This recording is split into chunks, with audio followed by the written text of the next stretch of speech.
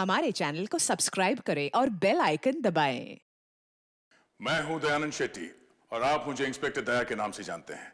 For more episodes of CID, subscribe to lift crime and hit the bell icon. Okay guys, ready? Yes sir. अब आप सभी लोग अपने अपने shooting goggles और हेडफोन लगाएं।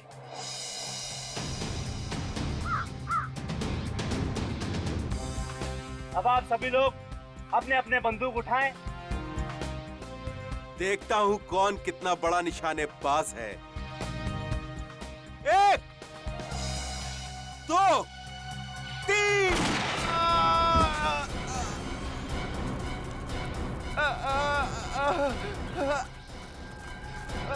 सर रोहित को गोली लगी। अरे कहाँ लगी इस गोली? शोल्डर पे। अरे ओह गॉड, मुझे बचा लो सर, मैं मरना नहीं चाहता सर। कुछ नहीं होगा तुम्हें, तुम घबराओ नहीं। ईशान, ये क्या किया तुमने? मार दिया इसको। Have you gone mad? तुमने अटेंडेंट पे गोली क्यों चला दी? इसे फौरन हॉस्पिटल लेके जाना होगा। चलो सर आप सही कह रहे, जल्दी जल्दी जल्दी ले चलिए। चलो चलो। ये आपने सही नहीं किया ईशान। अरे बकवास मत करो। हाँ, इसमें ईशान की गलती नहीं है। सिर्फ तुम लोगों को मालूम था ना यहाँ शूटिंग रेंज पे फायरिंग हो रही है, फिर तुम लोग यहाँ क्या कर रहे थे? सर पर इसमें इन लोगों की क्या गलती है? ये लोग तो रेंज से हट के खड़े थे। गलती तो ईशान की है। इसे इतना टेढ़ा निशान क्यों लगाया? हाँ, खुद को स्टेट लेवल का शूटर कहते हो तुम? हर शूटर को यह सिखाया जाता है कि हैंडगन चलाना कितने जिम्मेदारी का काम है। करेक्ट। और तुम इतने सीनियर शूटर होने के बाद भी इतनी बड़ी जिम्मेदारी कैसे भूल सकते हो? ईशान, तुम तो भगवान से प्रार्थना करना शुरू कर दो, क्योंकि अगर इस अटेंडेंट को कुछ हो जाता है ना तो तुम तो बुरे फंसे। मैं अकेला क्यों फंसूंगा? अरे फंसेगे तो ये भी। अरे दिमाग खराब करके रखा है मेरा। अरे कुछ भी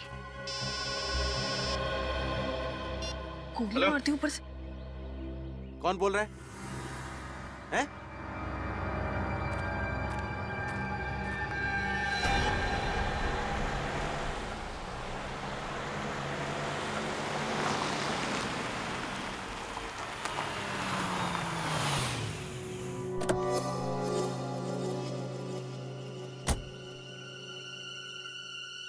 हेलो हेलो, लेट क्यों हुआ?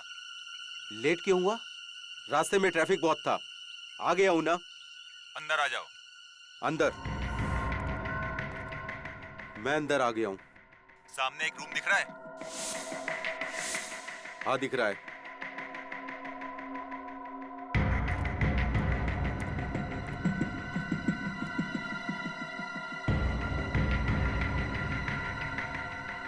बोल अब।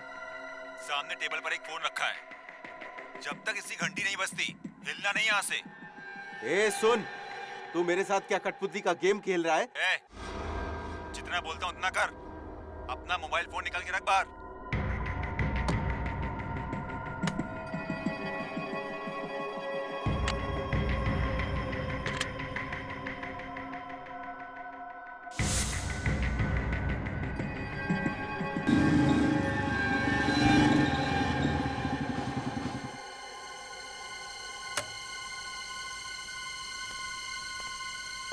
हेलो,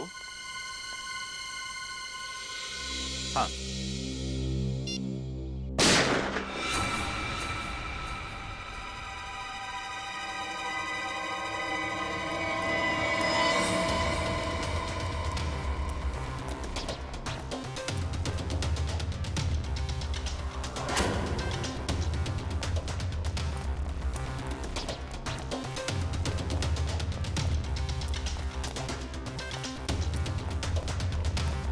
ये क्या?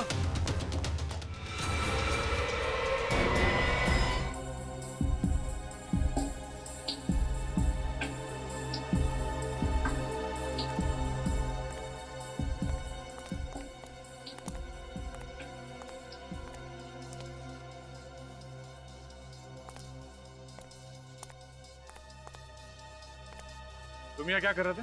सर, मैं तो एक लड़की की मदद कर रहा था। वो बेचारी अपने पति को ढूंढ रही थी और मुझे कहा कि इस मिल के अंदर आके ढूंढो। मैं यहाँ पे आ गया और मुझे आते से यहाँ पर गोली चलने की आवाज सुनाई दी और मैं यहाँ भाग के आ गया। जब तुम यहाँ पे आए थे तो इन दोनों लाशों के अलावा किसी और को भी देखा था? नहीं सर। आप जानते हैं कि ये दोनों कौन है? सर पता नहीं सर। आप इस मिल के मालिक हैं और आप जानते नहीं कि ये दोनों अंदर कैसे आए? हाँ? सर यही तो मैं भी सोच रहा हूँ। इनको मरने के लिए मेरा ही मिल मिला था क्या? खामखा मुझे परेशानी में डाल दिया। और सर ये मिल तो 5 साल से बंद है और यहाँ कोई आता जाता भी नहीं है और ये फ़ोन भी बंद पड़ा हुआ है।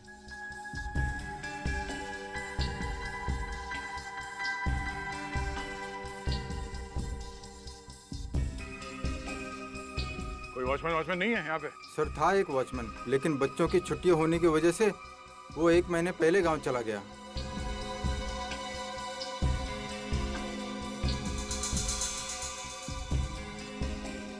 भैया, हाँ सर।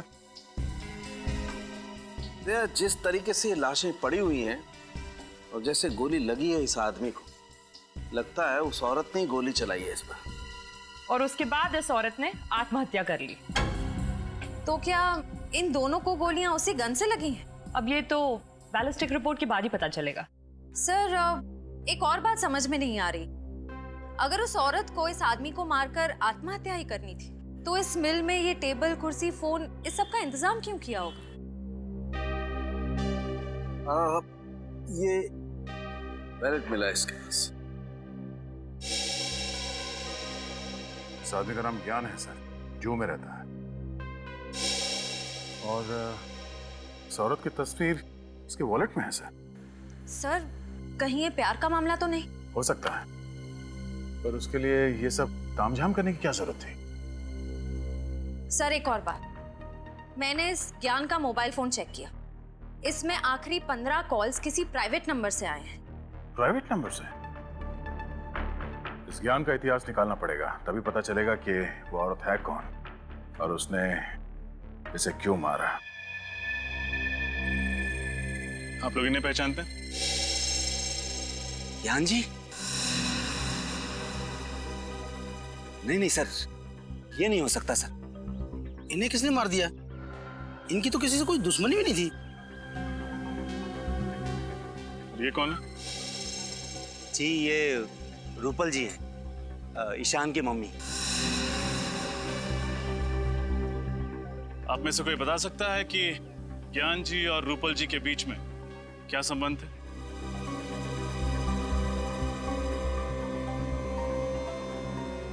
देखिए, हमें शक है कि रूपल जी ने ही ज्ञान जी का खून किया है और फिर खुद को गोली मार के आत्महत्या कर ली। सर रूपल जी और ज्ञान जी की तो सगाई हुई थी और वो दोनों अगले ही महीने शादी करने वाले थे, लेकिन क्या? सर लेकिन ईशान को ये रिश्ता मंजूर नहीं था। ये ईशान का है? जी वो रहा।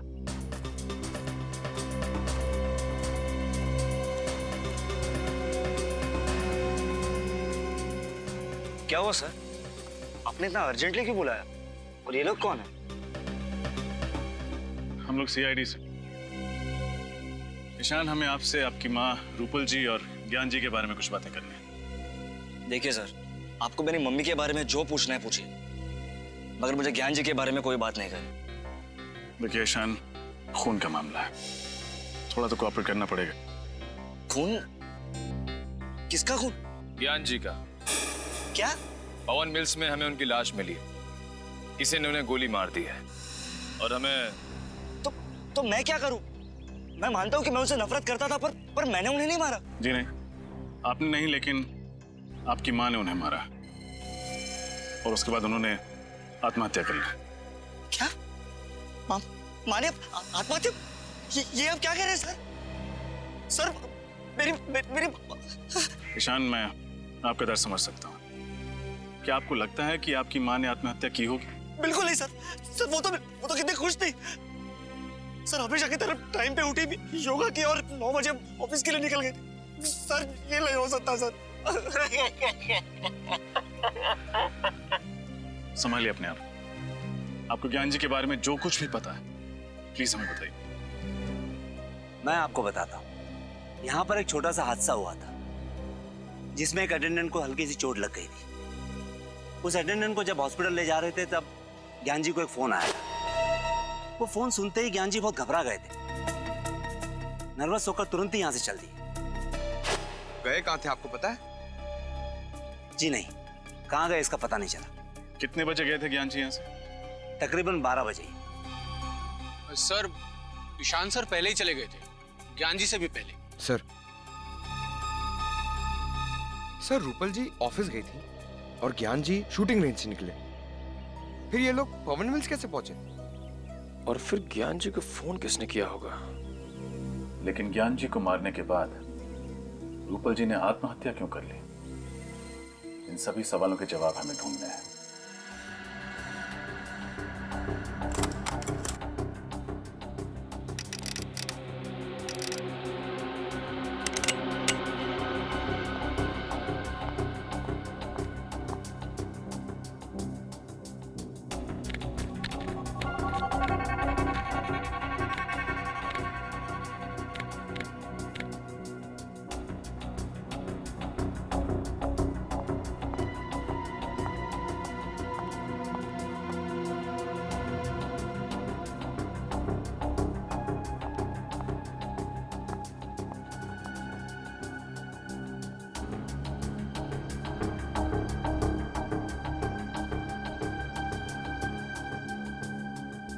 फाइल संभाल लेना, मैं फायर करने जा रही हूँ।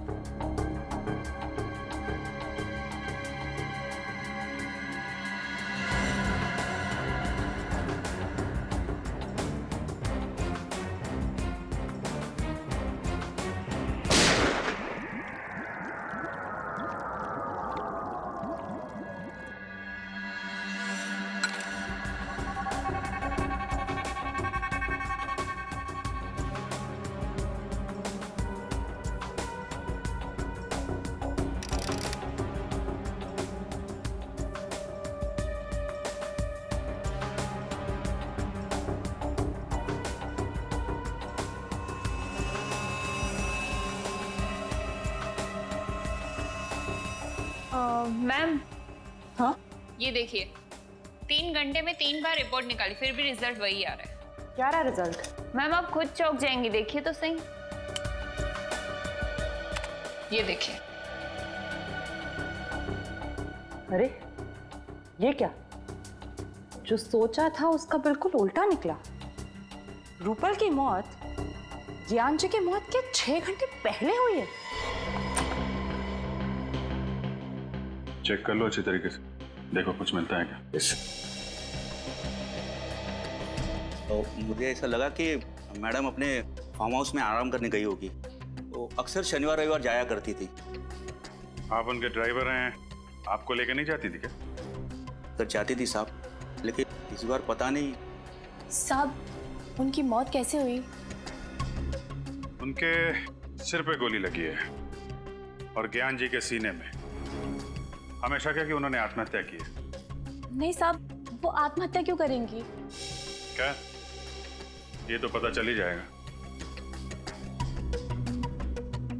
आखिरी बार कब देखा आप लोगों ने मैडम को? साहब कल सुबह मैं खुद इन्हें ऑफिस छोड़ने गया था। कितने बजे? सर 9 बजे।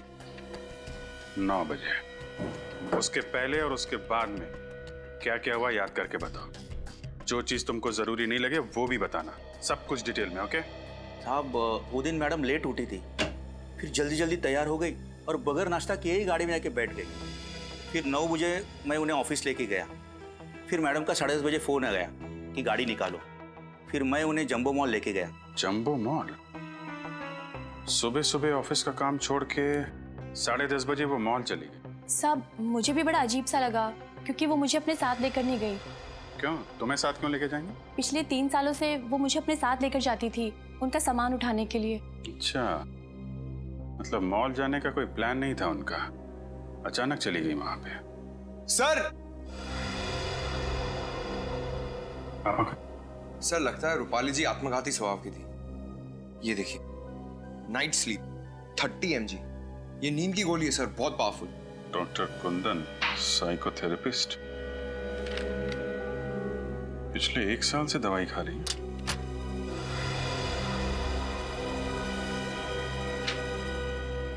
इधर आओ सर। ये रूपल मैडम किस चीज की दवाई खा रही थी? क्या बीमारी थी? अक्सर उन्हें मिर्गी के दौरे पड़ते थे, लेकिन 6 महीने से उनकी हालत में काफी सुधार था। सर सही देखिए, रूपल जी के लॉकर में पिस्टल मिली, लाइसेंस के साथ। License pistol? इसका मतलब रूपल जी ने आत्महत्या नहीं की? सर मैं कुछ समझा नहीं। अगर उन्हें आत्महत्या करनी होती तो अपनी पिस्टल से करती ना, या अपने घर में करती। घर से इतनी दूर मिल में जाके आत्महत्या क्यों करेंगे? सर हो सकता है रूपल ज्ञान जी को मारना चाहती थी, इसलिए इतनी दूर मिल में गई। ज्ञान जी को भी मारने के लिए अपनी पिस्टल साथ में लेके जाती विनीत। ये मामला कुछ और ही है। सर आपको किस पे शक है? फिलहाल तो सारी कड़ियां बिखरी हुई हैं। शॉपिंग मॉल, नींद की गोली, डॉक्टर का प्रिस्क्रिप्शन और सर ज्ञान जी और रूपल जी दोनों टॉक नाउ कंपनी का मोबाइल यूज करते थे और मोबाइल कंपनी के मैपिंग के हिसाब से रूपल जी कल दोपहर 1 बजे जंबो मॉल में थी पंडारा रोड पर, और तब से उनका मोबाइल ऑफ आ रहा है। और ज्ञान जी? सर ज्ञान जी की लोकेशन ये देखिए सर। हाँ, 1 बजे शूटिंग रेंज से निकले और 2:30 बजे पहुंचे पंडारा रोड, और वहां से सीलिंग होते हुए बांद्रा लिंकिंग रोड से जूहू सर्कल पहुंचे 5 बजे, और 5:30 बजे वहां से निकलकर 6:30 बजे पहुंचे पवन मिल। और 6:30 से 6:45 तक ये किसी से फोन पे बात कर रहे थे, किसी प्राइवेट नंबर पे। उसके बाद इनका फोन बंद हो गया। सर क्योंकि उसी दौरान उनकी मौत हो गई थी। मतलब ज्ञान जी और रूपल जी दोनों अलग अलग टाइम पे पंडारा रोड पहुंचे थे। सर ये भी तो हो सकता है कि ज्ञान जी भी जंबो मॉल ही गए हो। हम अगर क्यों और किससे मिलने? और वो आखिरी कॉल किस अनजान शख्स का था जिससे ज्ञान जी ने इतनी लंबी बात की? और सर 9mm पिस्टल की गोलियों का बॉक्स है, 2, 3। ये क्या? ये बॉक्स तो खुला हुआ है। हाँ सर। तो तुमने ये बात मुझे पहले क्यों नहीं बताई? सर मुझे लगा कि ये बॉक्स आपने खोला होगा। अरे पागल हो गए हो क्या तुम? अगर ये बॉक्स मैंने खोला होता तो क्या मैं तुमसे सवाल करता? और ये क्या? इसमें 6 गोलियां गायब है। कहाँ गई वो 6 गोलियां? सर मुझे नहीं मालूम सर। सर आप मुझ पर शक कर रहे हैं सर। तो फिर क्या करूं? तुम्हारे अलावा और किसकी हिम्मत हो सकती है यहाँ से गोलियां ले जाने की? सर मैं पिछले 5 सालों से यहाँ काम कर रहा हूँ, और सर 5 सालों में एक भी खाली कारतूस इधर से उधर नहीं हुआ। सर ये 6 गोलियां मैं क्यों चुराऊंगा सर? मैंने नहीं की चोरी सर इसकी। देखो रतन जी सर, यह एक कानूनी अपराध है, और अगर इन गोलियों की वजह से कुछ हो गया ना तो उसके लिए हम दोनों को जिम्मेदार ठहराया जाएगा। इसलिए मुझे इस बात की रिपोर्ट मैनेजर को करनी होगी। और हाँ, वो कल तुम शूटिंग रेंज से कहीं बाहर नहीं गए थे क्या? हाँ सर, सुबह में मैं शूटिंग रेंज का दरवाजा खोलकर बाथरूम तक गया था सर। तो सर मैंने देखा कि ईशान और जिया इधर आए। ईशान और जिया? वो भी सुबह सुबह? सर मैंने भी तो ये सवाल उनसे पूछा, लेकिन उन्होंने कोई जवाब नहीं दिया और सीधा अंदर चले गए सर। उन दोनों का सुबह सुबह यहाँ आना और शाम को मिस्टर ज्ञान का खून हो जाना, ये दोनों बातें संयोग नहीं हो सकती रतन। सर आपका मतलब है कि ईशान ने ही ज्ञान जी को?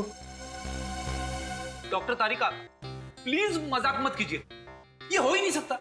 फ्रेडी से मैं मजाक नहीं कर रही हूँ, आइए दिखाती हूँ।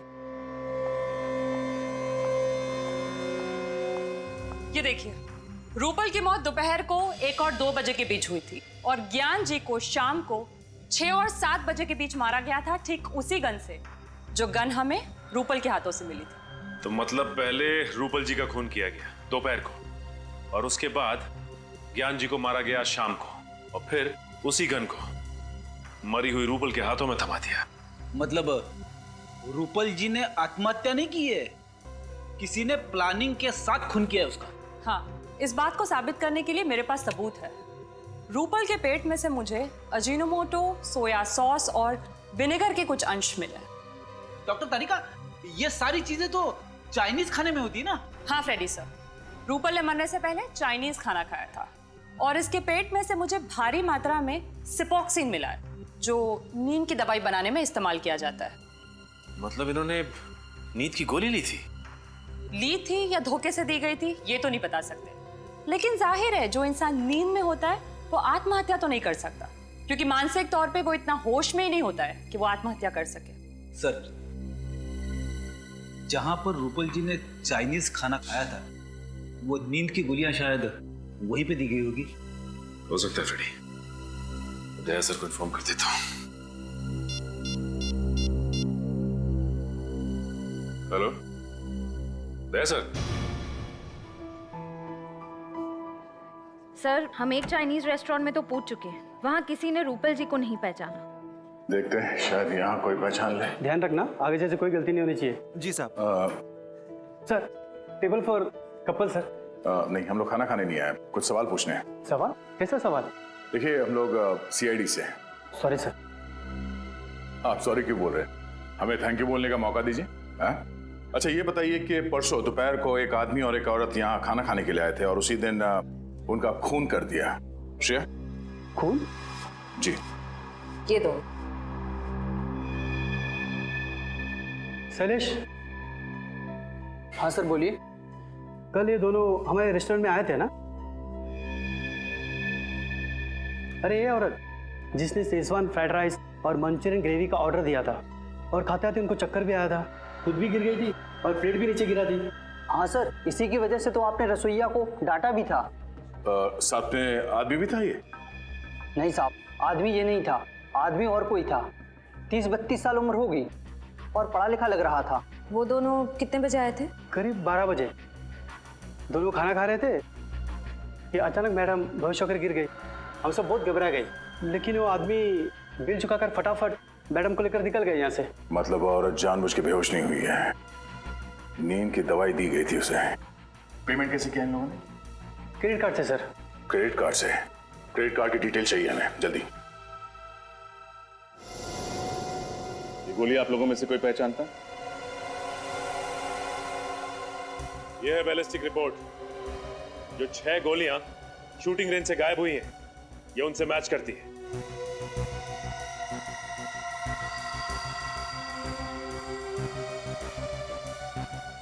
बोलो जिया, तुमने ही चुराई थी नहीं गोली? सर आप ये क्या कह रहे हैं? मैंने कोई चोरी नहीं की है। झूठ मत बोलो। कल सुबह सुबह ईशान के साथ तुम ही आई थी ना यहाँ? हाँ सर, ये बात सच है कि कल मैं और ईशान सुबह सुबह जल्दी पहुंच गए थे, लेकिन इसका मतलब ये तो नहीं कि मैंने कोई चोरी की हो। इनफैक्ट मैं तो अपनी जगह से हिली तक भी नहीं थी। बट यस, ईशान लगभग 15 मिनट के लिए कहीं गायब हो गया था, है ना ईशान? नहीं, मैंने किसी को नहीं मारा। नहीं, भागने की कोशिश भी मत करें। तुम्हारी भलाई इसी में है कि सब कुछ सच सच बता दो। सर ये सच है कि 6 गोलियां मैंने ही चुराई थी, क्योंकि मैं ज्ञान सर से नफरत करता था और नहीं चाहता था कि वो मेरी माँ से शादी करे। इसलिए तुमने उन्हें मार दिया? नहीं, मैंने उन्हें नहीं मारा। ज्ञान सर को मारने के इरादे से मैंने गन में चुराई हुई 6 गोलियां डाली थी और उनका पीछा करते करते मैं पंडारा रोड के जम्बो मॉल तक भी पहुंच गया था, लेकिन मेरी गाड़ी अचानक एक भिखारी से टकरा गई। इसलिए उसे देखने के बहाने मैं बाहर उतरा, लेकिन जब मैं वापस गाड़ी में आया तो मैंने देखा कि मेरी गन सीट पे से गायब थी। वो गन जो तुम्हारी गाड़ी से चोरी हुई किस कंपनी की थी? ग्रे मेटल कंपनी की थी, 9mm बोर की थी। यही है वो पिस्टल? हाँ सर, यही गन थी। यही गन तो रूपल जी के हाथ में मिली थी। झूठ बोल रहा है सर। ये खून करने के बाद ये गन इसी ने वहां रखी थी और ये भिखारी वाली कहानी भी रची हुई है। ईशान, जब तक ये केस सॉल्व नहीं हो जाता तुम हमारी हिरासत में रहोगे, समझे? डॉक्टर कुंदन है क्लिनिक में? डॉक्टर कुंदन तो आज नहीं है। यही उम्मीद थी। कहाँ है इस वक्त? CID? क्या किया है डॉक्टर कुंदन ने? कल दोपहर 12:30 बजे पंडारा रोड के जंबो मॉल में एक चाइनीज रेस्टोरेंट में रूपल जी के साथ खाना खा रहे थे। सर, रूपल जी तो उनकी पेशेंट है और अगर उनके साथ खाना खाया भी है तो क्या हुआ? क्योंकि खाना खाने के 1 घंटे बाद रूपल जी की मौत हो गई। क्या? तुमने आखिरी बार डॉक्टर कुंदन को कब देखा था? सर, परसों शाम को, और हमेशा की तरह वो अपना आखिरी पेशेंट अटेंड करके चले गए थे और मैंने ही क्लिनिक बंद किया था। मतलब क्लिनिक की 2 चाबियां हैं, एक आपके पास रहती है, एक डॉक्टर कुंदन के पास। जी सर, और बल्कि मैंने भी सर का काफी फोन ट्राई किया पर सर का फोन बंद था। और अगर फोन बंद है तो उन्होंने रूपल जी को रेस्टोरेंट कैसे बुलाया? केबिन कहाँ है उनका? जरा दिखाइए।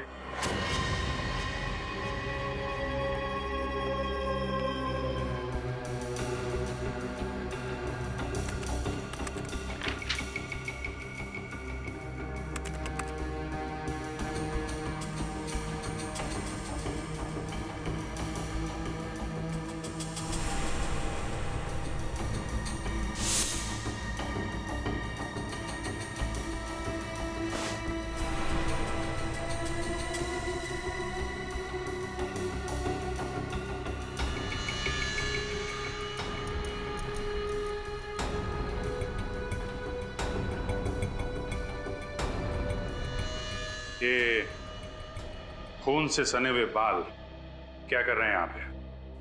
सर मुझे कुछ नहीं मालूम, बल्कि मुझे तो सर के केबिन में आने की परमिशन तक नहीं थी। परमिशन नहीं थी? लगता है खाना खाने के बाद कुंदन जी यहाँ रूपल के साथ आए, यहाँ पे उसका खून किया और फिर लाश वहां ठिकाने लगा दी। सर, आपका अंदाजा ठीक निकला सर। ये देखिए, लेडीज सैंडल और खून में सने हुए ग्लव्स। ये तो रूपल जी के हैं। आपको कैसे मालूम? वो सर, एक्चुअली मुझे ना इन सैंडल्स का डिजाइन बहुत पसंद था, बल्कि मैंने रूपल जी से पूछा भी था कि उन्होंने ये कहाँ से खरीदे। अगर रूपल जी का खून डॉक्टर कुंदन ने किया है तो फिर ज्ञान जी को भी इसी ने मारा होगा। सर, एक बहुत अजीब बात है। डॉक्टर कुंदन एक साइकोथेरेपिस्ट है, फिर उन्होंने मेडिकल स्कूल में मुर्दों की परीक्षण की परमिशन क्यों मांगी? हाँ? डॉक्टर कुंदन तो जिंदा लोगों के दिमाग का इलाज करते हैं, तो फिर मुर्दा घर में मुर्दों से क्या बात करने गए थे? चाहता क्या है ये आदमी?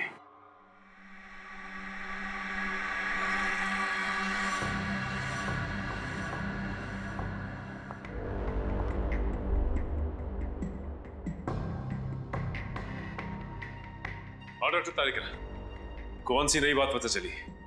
सचिन, मैं ये बताना चाहती हूँ कि ज्ञान जी का खून जिसने भी किया है, मगर गोली उतनी ही दूरी से चलाई गई है जहां पर रूपल बैठी थी, मरी हुई। ये कैसे बता सकती हैं आप? ट्रेजेक्टरी टेस्ट के द्वारा। आइए सर, ये देखिए, गोली यहां से चली और यहां से बाहर निकली। डमी के अंदर जो होल है उसकी गोलाई भी उतनी ही बनाई गई है जितनी कि उस गोली की थी, 0.9 mm। अब मान लीजिए मैं रूपल हूं। रेडी सर, जरा प्लीज लाइट ऑफ करेंगे? यस। जब रूपल हमें मिली मरी हुई, तब उसके हाथ में गन इस तरह से थी। अब ये लेजर ये साबित करेगा कि जब ज्ञान जी पर गोली चली तब खूनी कितनी दूरी पे था और गोली किस एंगल से चली। ऐसा हुआ था सब कुछ। रेडी सर, जरा लाइट्स ऑन करेंगे प्लीज? यस। एक बात समझ में नहीं आ रही। माना कि रूपल जी के हाथों में गन पाउडर लगा हुआ था, लेकिन जब ज्ञान जी की मौत हुई उससे पहले ही रूपल मर चुकी थी, तो फिर रूपल ने गोली चलाई तो चलाई कैसे? सर, अगर ज्ञान जी को सामने से गोली मारी है तो फिर उन्होंने खूनी को देखा कैसे नहीं? और तो और उन्होंने अपने आप को बचाने की कोशिश कैसे नहीं की? रेडी, कुछ तो ऐसा है जो हम लोग देख नहीं पा रहे, क्योंकि दुनिया का कौन सा ऐसा आदमी होगा जो मौत को सामने से आता देख अपने आप को बचाना नहीं चाहेगा।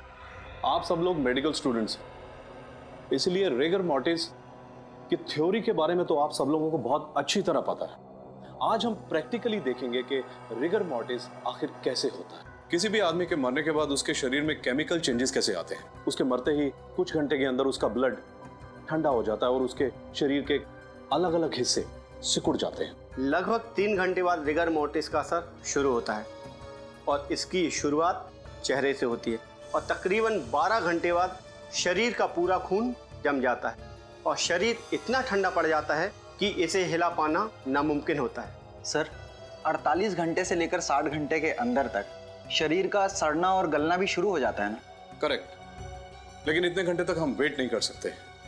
हम लाश की वीडियो रिकॉर्डिंग करते हैं ताकि उसे बाद में देखा जा सके कि उस लाश पे उस रिगर मॉर्टिस का कितना असर हुआ। एक्सक्यूज मी सर, आपसे कोई मिलने आया है। ओके, एक्सक्यूज मी, मुझे कोई मिलने आया है। Hello doctor, okay. Hi, how are you? कैसे हैं आप? मैं अच्छा हूँ, आप कैसे? या, आई एम गुड। आप किसी परमिशन लेटर के बारे में जानना चाहते थे? हाँ, वो डॉक्टर साइकोथेरेपिस्ट डॉक्टर कुंदन ने इस लेटर के जरिए आपसे गुजारिश की थी कि वो यहाँ आकर देखना चाहते हैं कि मर जाने के बाद आदमी के शरीर में क्या क्या बदलाव आते हैं। Doctor Kundan, human psychology doctor, मैं जानता हूँ उन्हें। इन्होंने परमिशन ली थी, लेकिन अपने लिए नहीं, किसी और के लिए। क्या? कोई और आया था यहाँ पे राइगर मॉर्टिस की जानकारी हासिल करने के लिए? हाँ, एक लड़की थी, मेडिकल स्टूडेंट थी। 1 महीने में कई बार आती थी वो, और राइगर मॉर्टिस का लाशों के ऊपर क्या इफेक्ट होता है उसे देखती थी। उसके बाद अपने नोट्स बनाती थी। उसके बाद हम लोग जो सारा दिन रिकॉर्डिंग करते हैं, शाम को उसे भी लेके जाती थी। लेकिन इतनी टैलेंटेड और इतनी लगन वाली लड़की मैंने पहले कभी नहीं देखी। आई विश के वो बहुत बड़ी डॉक्टर बनेगी। और इस लड़की को डॉक्टर कुंदन ने भेजा था? जी। आपको उस लड़की का नाम याद है? इसका नाम जिया था उसका नाम। जिया? सर कहीं ये वही जिया तो नहीं जिसने ईशान के खिलाफ गवाही दी थी? सर मेरे पास उसका नंबर है, ये देखिए। मैंने भी जिया को कई दफा कॉल किया, ये उसका नंबर। तो नंबर मैच करना। रिगर मोर्टिस का असर धीरे धीरे शरीर के निचले भाग पर भी होने लगेगा। सर ये वही जिया है। ये वही जिया है। डॉक्टर कुंदन ने रूपल को मारने से पहले जिया को यहाँ पे राइगर मॉर्टिस की जानकारी हासिल करने के लिए भेजा, लेकिन क्यों? दया, तुम्हारे इस क्यों का जवाब है मेरे पास। जवाब है?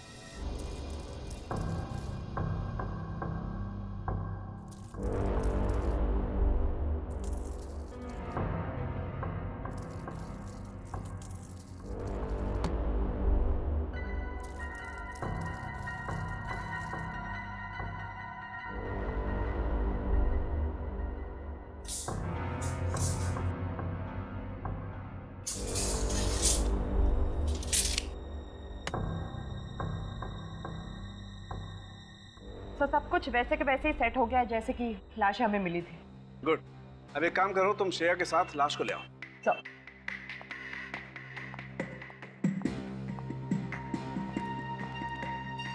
डॉक्टर साहब, यहाँ पे पुतला, बाहर उस लड़की की लाश, अब यहाँ पर क्राइम सीन को रिकंस्ट्रक्ट करने की कोशिश कर रहे हैं क्या? हाँ दया, बिल्कुल वही कर रहा हूँ। और मैंने ऊपर कैमरा भी फिट कर दिए हैं जो सारी रिकॉर्डिंग करेंगे, ताकि हमें मॉनिटर पे पता चल जाएगा बाहर कि अंदर क्या हो रहा है।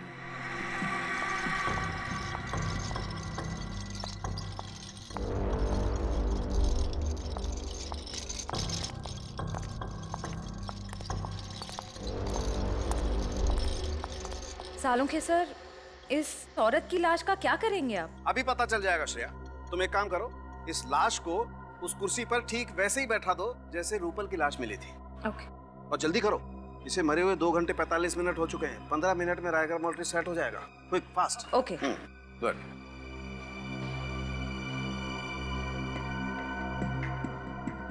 गुड। तारिका, अब तुम एक काम करो, बाहर जाकर के मॉनिटर चेक करो, देखो कि सारे कैमरा सही तरीके की रिकॉर्डिंग कर रहे हैं या नहीं।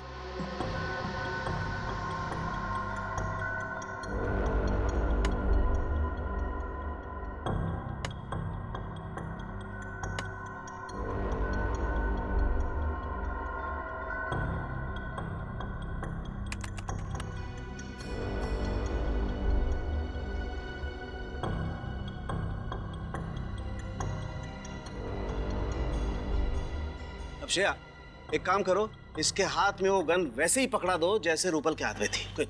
सर। और ध्यान से श्रेया, गन में गोलियां भरी हुई हैं।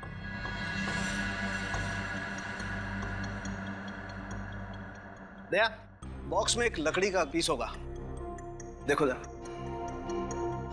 ये हाँ।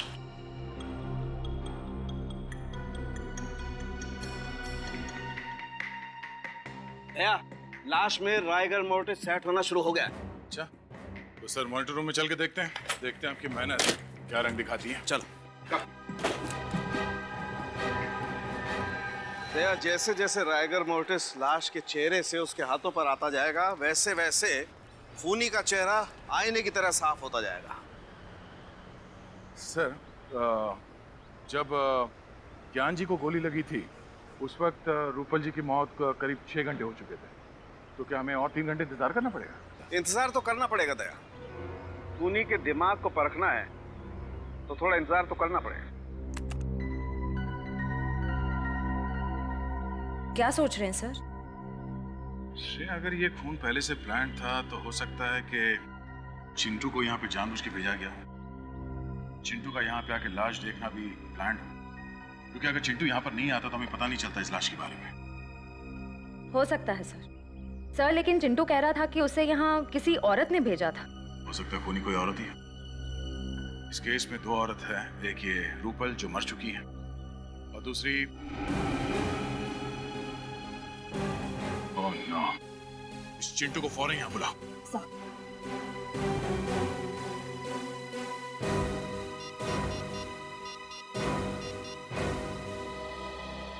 चिंटू, इंस्पेक्टर श्रेया बोल रही हूँ सीआईडी से। देखो, तुम जल्द से जल्द पवन मिल्स में आ जाओ। ठीक है।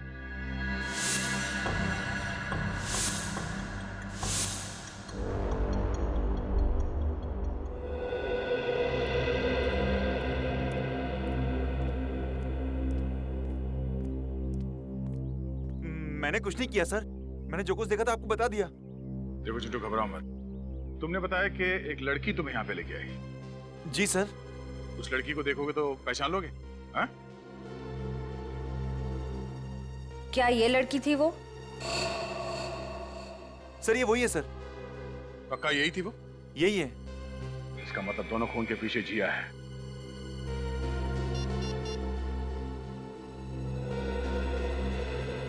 रजत, फौरन जिया के घर जाओ, उसे अरेस्ट कर लो। अब वही बताएगी कि यहाँ इस फैक्ट्री में हुआ क्या था।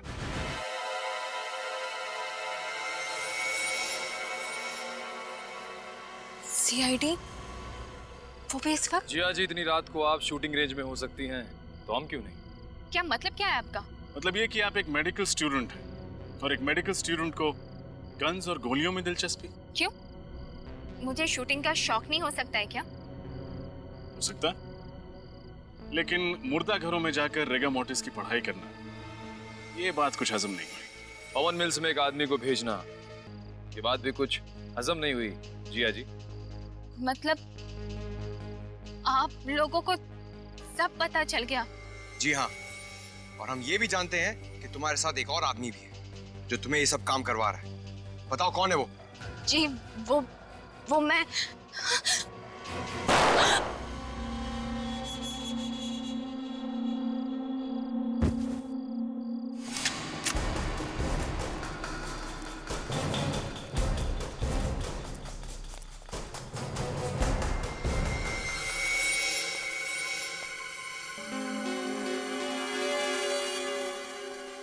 हाथ से निकल गया। हाथ से निकल गया, लेकिन सीआईडी के शिकंजे से नहीं निकल पाएगा। ये देख।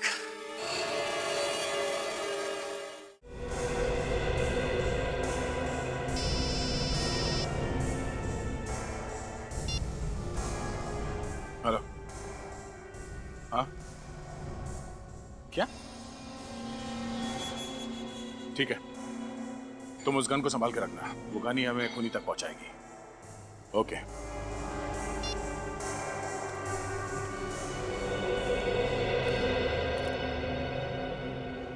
क्या हुआ सर? किसी ने जिया पे हमला कर दिया। क्या? यानी खूनी कोई और ही है? हाँ डॉक्टर साहब, और कितना वक्त लगेगा? बस 5 मिनट दया। 5 मिनट के अंदर ये रायगा मोटिस इसके हाथों पे सेट होना शुरू हो जाएगा बस।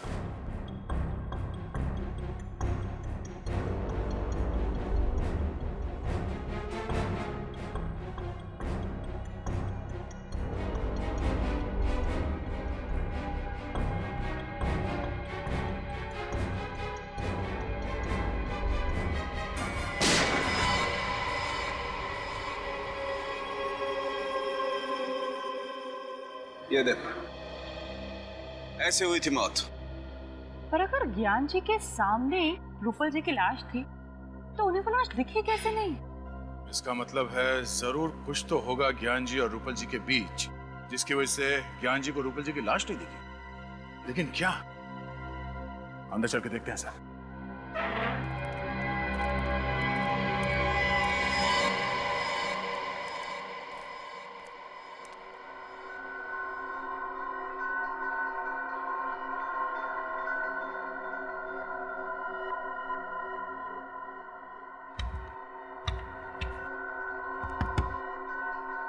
तो ये देखिए, बॉक्स पिलर क्या है क्या इसमें?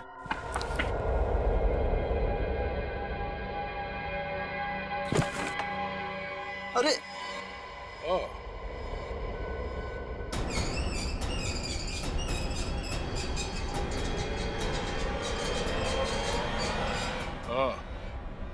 तो ये है वो राज जिसकी वजह से ज्ञान जी के सामने बैठी हुई मौत उन्हें नजर नहीं आई।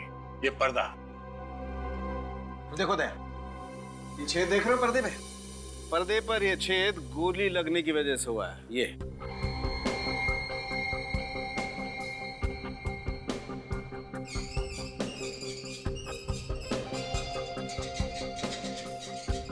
सर इस तरफ बैटरी और सेंसर भी लगा हुआ है।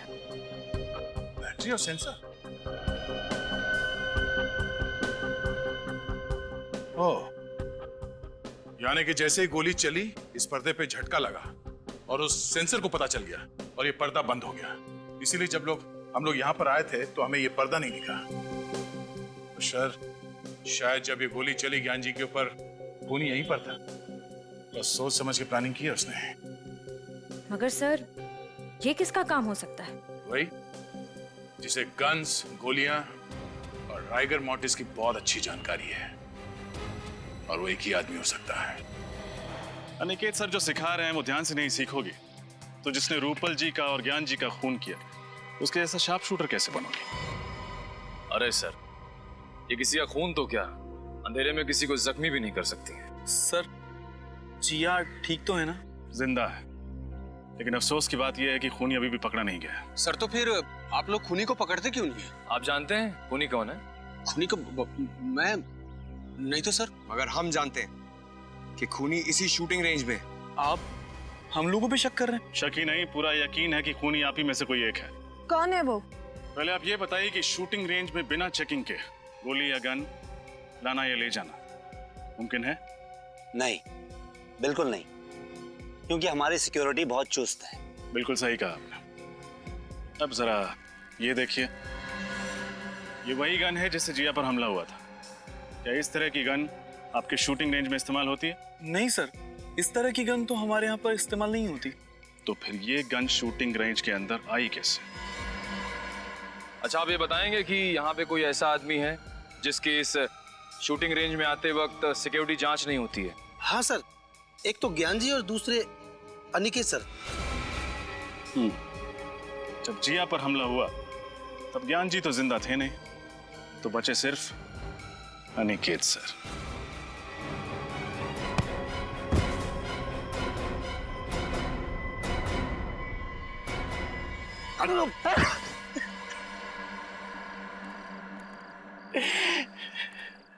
हाँ, मैं खूनी हूं। मैंने ही रूपल का खून किया है। दरअसल मुझसे ज्ञान और रूपल का रिश्ता देखा नहीं जाता था। मैं रूपल को तब से चाहता था जब वो मेरे साथ कॉलेज में पढ़ा करती थी। बहुत प्यार करता था मैं उससे, लेकिन उसने किसी और से शादी कर ली, और उसके गम में मैंने भी कसम खा ली कि मैं सारी जिंदगी कुंवारा रहूंगा। लेकिन एक दिन अचानक रूपल के पति की मौत के बाद मुझे ऐसा लगा कि शायद किस्मत मुझे एक और मौका दे रही है।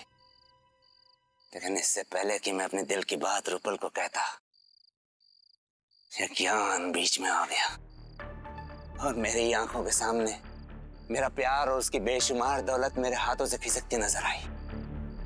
ये बात मुझसे बर्दाश्त नहीं हुई। इसलिए रिगर मोर्टिस का अनोखा तरीका अपनाने के लिए तुमने पहले रूपल जी को मारा? हाँ, और उसके लिए मैंने डॉक्टर कुंदन और जिया की मदद ली। सर, रिगर मोर्टिस इंसान के मरने के ठीक 3 घंटे के बाद उसकी लाश में असर होना शुरू हो जाता है। लेकिन क्या हम ये पता लगा सकते हैं कि लाश के शरीर का कौन सा हिस्सा कब सिकुड़ना शुरू होगा? सर, ये कहना तो थोड़ा मुश्किल होगा, लेकिन हाँ, नामुमकिन बिल्कुल भी नहीं है। अगर आप लगातार लाश का निरीक्षण और परीक्षण करेंगे तो इस लाश की एक एक पेशियां कहां और कब सिकुड़ने लगेंगी, इसका ज्ञान आप हासिल कर सकते हैं। उसके बाद तुमने क्या किया?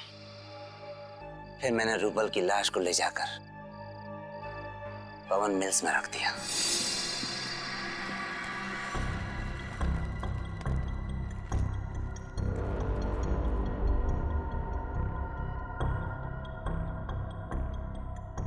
मेरा काम तो हो गया, अब तुम्हारी बारी। तुम देखते रहना डॉक्टर, मेरा वार भी खाली नहीं जाएगा। अब ऐसा करो डॉक्टर, तुम इस पिस्तौल को रूपल के दाहिने हाथ में रख दो, क्योंकि अभी तक रिगर मोर्टिस शुरू नहीं हुआ है, इसलिए पिस्तौल वाला हाथ दाहिनी ओर मुड़ जाएगा। तुम कहते हो तो मैं मान लेता, लेकिन मुझे यकीन नहीं हो रहा है कि तुम्हारा प्लान कामयाब होगा। अभी देखो डॉक्टर,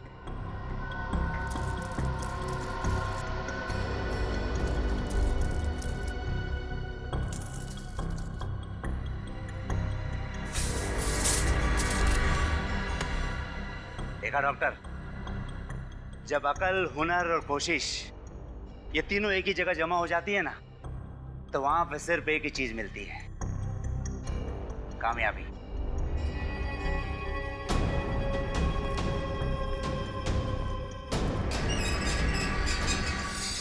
अब आप ये बताने का कष्ट करेंगे कि डॉक्टर कुंदन कहाँ पे है? वो मेरे घर पर है, मैंने उन्हें नींद का इंजेक्शन दिया है। अनिकेत, दौलत की लालच ने तुम्हें अंधा बना दिया, दो खून कर डाले तुमने, इसकी तुम्हें एक ही सजा मिलेगी, फांसी।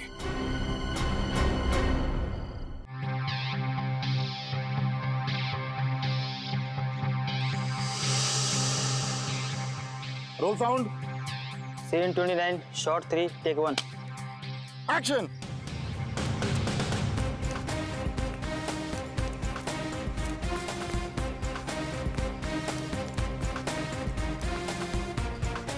अगर इन लोगों ने मुझे पकड़ लिया तो मुझे जिंदा नहीं छोड़ेंगे।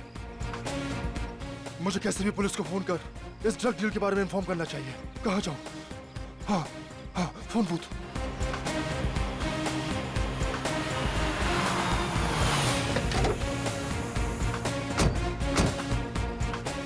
हो रहा। अरे यार डायलॉग बोल। ये डायलॉग क्यों नहीं बोल रहा है? क्या हो गया इसको? तुमने रिहर्सल करवाई थी इसकी? सर दो बार इसको रिहर्सल करवाई थी, पता नहीं क्यों नहीं डायलॉग बोल रहा है। क्या हो गया इसको पता नहीं। प्रॉम्प्ट कर। हेलो सर, आपको 100 नंबर डायल करके बोलना है। Hello police. सर मैं केतन बोल रहा हूँ। सर आप क्या कर रहे हो सर? आप 100 नंबर डायल करो सर। ये वो यहाँ भूत बन के क्यों खड़ा हो गया यार? इसको पता नहीं कैमरा कहाँ लगा हुआ है यार, ये बोल क्यों नहीं रहा है? काट इट। जाओ जाके उसको समझा कर क्या रहा है वहाँ पे। कितनी बार समझाऊं? उसको डायलॉग बोले यार। कहाँ से उठा के ले आते आप भी। सुपरस्टार है, कोई और नहीं मिला था कष्ट करने के लिए? अरे मुझे कोसना बंद करो यार।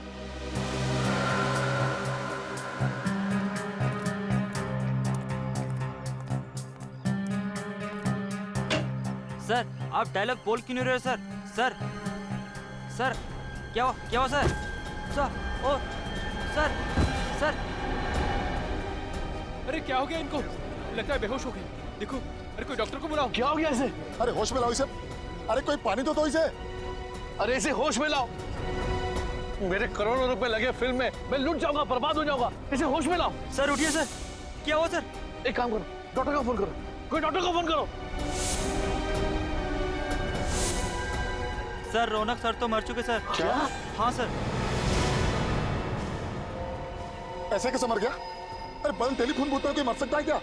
अभी तो अच्छा खासा डायलॉग बोल रहा था ये। मुझे लगता है जरूर इसको किसी ने मारा होगा। अभी सीआईडी को फोन करता हूँ। Hello CID.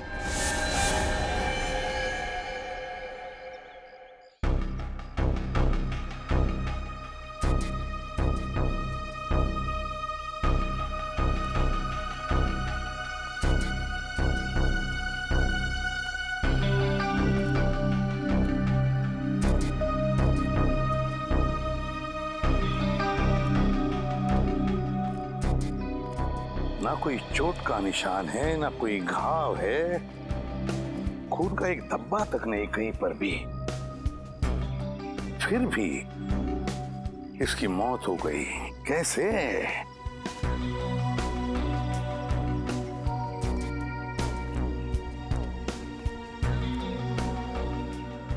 तुम्हारे कहने के मुताबिक तुम्हारी शूटिंग चल रही थी, मतलब ये यहाँ पर एक सीन चल रहा था।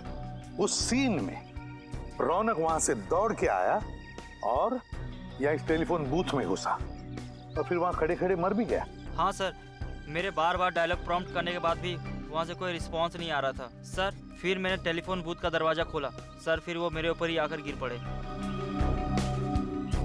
एक बात बताओ, जब रौनक वहां से दौड़ते आया इस फोन बूथ में जाने के लिए, तब आप में से किसी को भी ऐसे लगा कि शायद रौनक को कुछ लगा हो या फिर किसी ने कुछ मारा हो जिसकी वजह से उसकी मौत हो गई इधर फोन बूथ में?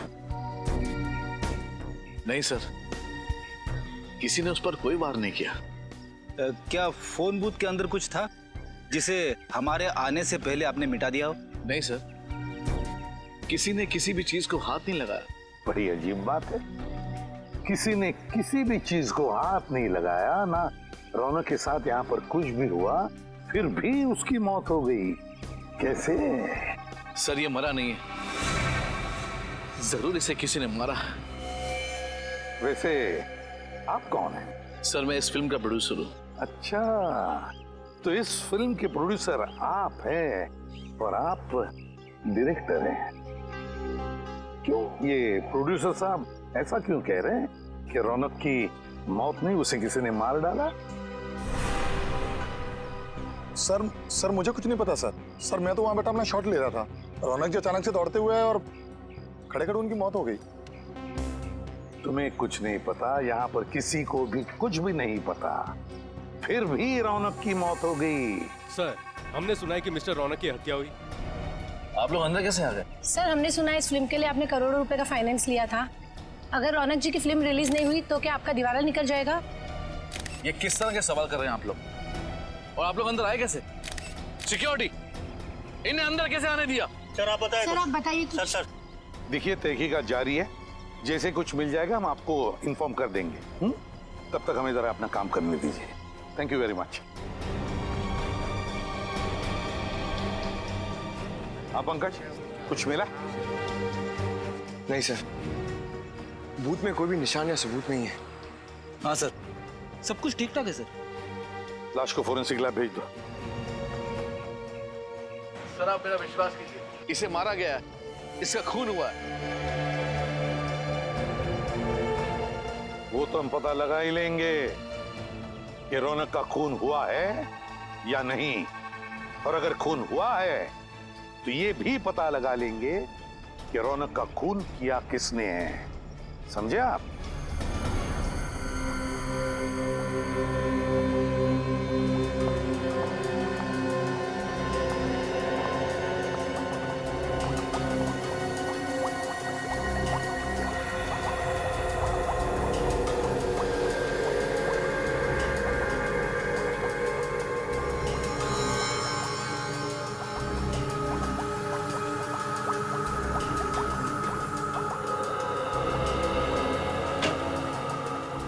डॉक्टर तारिका, इसकी मौत की वजह पता चली?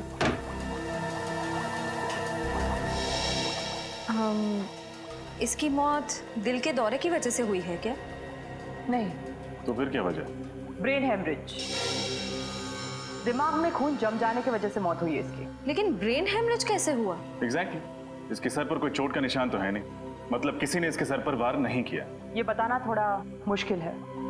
इसके ब्रेन के एक्सरे पर ये पतली लाइन देख रहे हैं आप? हाँ, क्या है? यही तो मैं भी समझने की कोशिश कर रही हूँ। अब डॉक्टर तारिका, आप ही को समझ में नहीं आ रहा है तो फिर आप हमें क्या समझाएंगे? रजत, फिलहाल मैं सिर्फ इतना बता सकती हूँ कि रौनक की मौत दिमाग में खून जम जाने की वजह से हुई है। तो फिर हम इसे क्या समझे, खून या कुदरती मौत? पक्का तो नहीं बता सकती, लेकिन मुझे तो लग रहा है कि खून ही है। कुछ और टेस्ट करने के बाद मैं सालों के सर के साथ इस केस के बारे में डिस्कस करूंगी और उसके बाद ही कुछ बता पाऊंगी। डायरेक्टर साहब, हमें तो पता चला है कि रौनक के साथ आपका 36 का आंकड़ा था। आप रौनक को अपनी फिल्म में बतौर हीरो साइन नहीं करना चाहते थे, बल्कि आप किसी और को साइन करना चाहते थे। वो क्या? आपको तो खुशी हो रही होगी, आपके गले का कांटा निकल गया। ये सरासर गलत है मैडम, ये सच नहीं है। रौनक इंडस्ट्री का सबसे बड़ा स्टार था और हर डायरेक्टर यही चाहता था कि उसके साथ काम करे। लेकिन हमारी जानकारी के हिसाब से तुम मुझसे बहुत परेशान थे। क्या छिपा रहे हमसे? हाँ, मैं परेशान था, बहुत नखरे थे उसके। एक तो लेट आना, ऊपर से जल्दी चले जाना, ये नहीं खाऊंगा, वो नहीं खाऊंगा, ये नहीं पहनना है, वो नहीं पहनना है, वगैरह वगैरह। क्या ये तुम्हारी पहली फिल्म है? नहीं मैडम, इससे पहले मैंने 1-2 छोटी मोटी फिल्में की हुई हैं, लेकिन इतने बड़े सुपरस्टार के साथ ये मेरा पहला मौका था मैम। मेरा तो कैरियर अभी अभी शुरू हुआ था। मैं भला ये कैसे कर सकता हूँ? फिर कौन कर सकता है? हाँ, कौन कर सकता है ये घिनौना काम?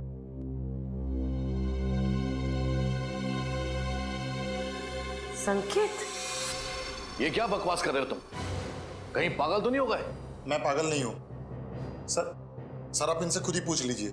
उस दिन ये किसी बात को लेकर मेकअप रूम में रौनक से झगड़ रहे थे।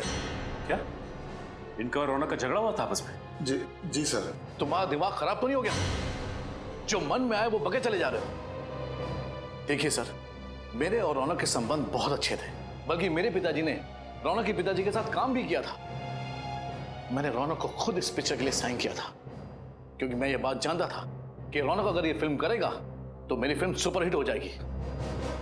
वो मुझे टाइम नहीं दे रहा था, और उस दिन तो ये क्या रौनक, डेट्स नहीं है, टाइम नहीं है, तुम मेरे साथ ऐसे कैसे कर सकते हो? मैंने कहा ना, डेट्स नहीं है मतलब डेट्स नहीं है। प्लीज मेरा दिमाग खराब मत कीजिए आप। दिमाग तो मेरा खराब हो रहा है। रौनक, तुम इतने अनप्रोफेशनल कैसे हो सकते हो? याद है तुमने एग्रीमेंट साइन किया मेरे साथ। देखो, मैं सिर्फ फिल्म में एक्टिंग के पैसे लेता हूँ। ये टीवी के रियलिटी शोज में जा जाकर फिल्म को प्रमोट करने का वक्त नहीं है मेरे पास, समझे आप? इसका मतलब यह है कि तुम प्यार से नहीं मानोगे। ओह, तो तुम मुझे सुपरस्टार रौनक को धमकी दे रहे हो? हाँ? तुम कर क्या लोगे मेरा? अगर मुझे गुस्सा आया ना तो तुम्हारी ये जो फिल्म है ना, इसे बीच में ही छोड़ के चला जाऊंगा। रास्ते पे आ जाओगे, समझे? मैं रास्ते पर आ जाऊंगा? मैं चुटकी भर में तुम्हें बर्बाद कर सकता हूँ रौनक, चुटकी भर में। बस मीडिया के सामने जाकर मैंने तुम्हारे और सुप्रिया के रिश्ते की बात बता दी तो तुम उसी समय बर्बाद हो जाओगे रौनक। रास्ते पे मैं नहीं, तुम आओगे, तुम। सुप्रिया? सुप्रिया के बारे में आप क्या जानते हैं? सब कुछ जानता हूं मैं रौनक। तुम्हारे और सुप्रिया का राज सब पता है मुझे। बस मीडिया के सामने जाकर मुंह खोलने की देरी है। संकेत जी, आपस के झगड़े में आप सुप्रिया को बीच में क्यों ला रहे हैं? प्लीज आप मीडिया से कुछ मत बोलिएगा। आप जो कहेंगे मैं करूंगा। आपकी फिल्म को प्रमोट करूंगा, कुमार जी का साइनिंग अमाउंट भी वापस कर दूंगा। बट प्लीज इस राज को राज ही रखिएगा। और इस ब्लैकमेल से रौनक जी डर गए? जी, उसके तो पसीने छूट गए थे। वो मुझे मुंह मांगी डेट्स देने के लिए तैयार हो गया था, पूरी तरह से कोऑपरेट करने के लिए तैयार हो गया था। अब आप ही बताइए सर कि मैं अपने ही हीरो का खून क्यों करवाऊंगा? और ये औरत सुप्रिया कौन है जिसका नाम सुनते ही रौनक इतना घबरा गया था? इन दोनों का क्या संबंध है आपस में? सर, क्या संबंध था ये तो मैं नहीं जानता।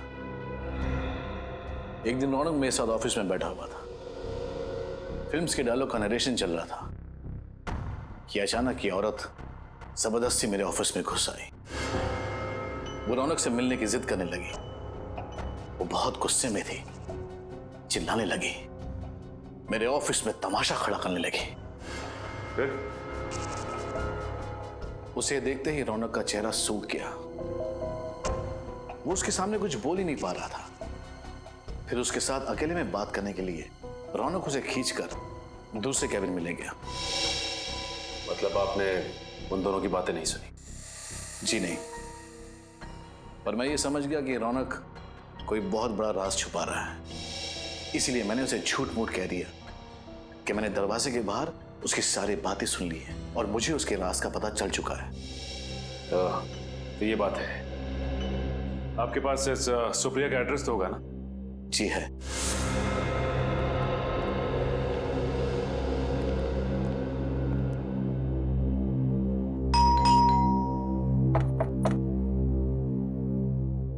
क्या बात है सर, कब से बेल बजा रहे हैं, कोई दरवाजा नहीं खोल रहा। लगता है कोई घर में नहीं है। ठीक है, बिन बुलाए मेहमान बन जाते हैं।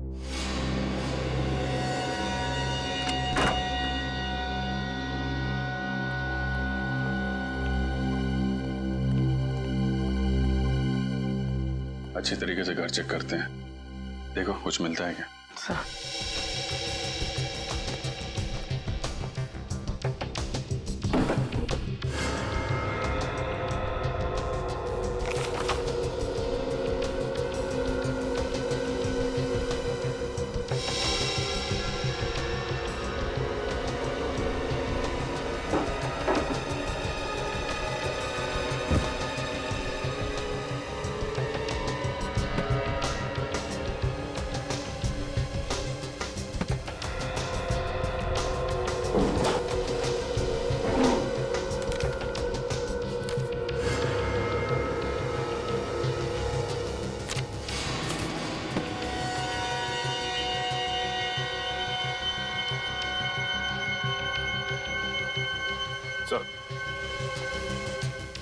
ये देखिए सर, रौनक और सुप्रिया की फोटो उस कमरे में किताब के अंदर छिपा के रखी थी।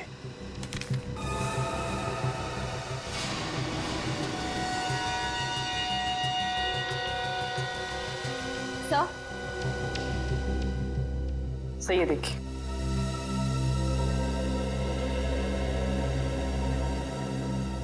माय गॉड, तो ये चक्कर है, मैरिज सर्टिफिकेट। सर रौनक जी और सुप्रिया जी शादीशुदा थे। पर अगर सुप्रिया रौनक की बीवी थी तो ये बात इतने सालों तक उसने लोगों से छुपा के क्यों रखी? रौनक जी तो रहे नहीं, अब ये बात उनकी पत्नी सुप्रिया जी बताएंगे।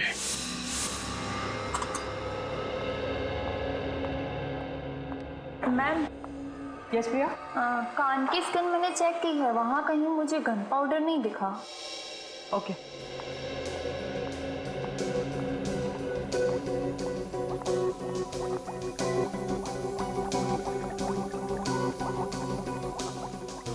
तो फिर हम लोग चलते हैं? नहीं मतलब यहाँ रुकने का कोई फायदा मुझे तो नहीं दिख रहा। फायदा है रजत। क्या?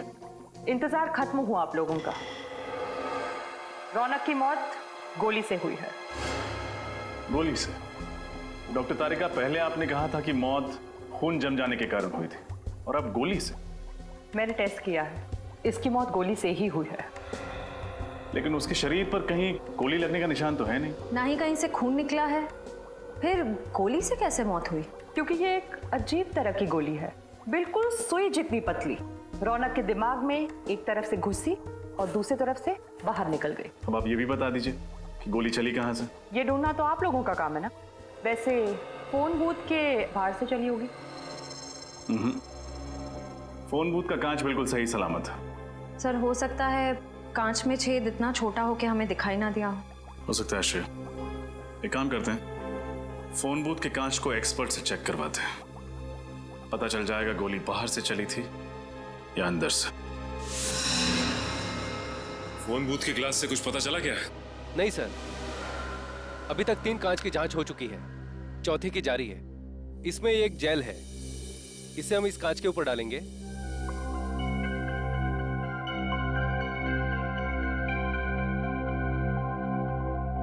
इस कांच पर फैलाने के बाद इसे एक सूखे कपड़े से पोंछ देंगे।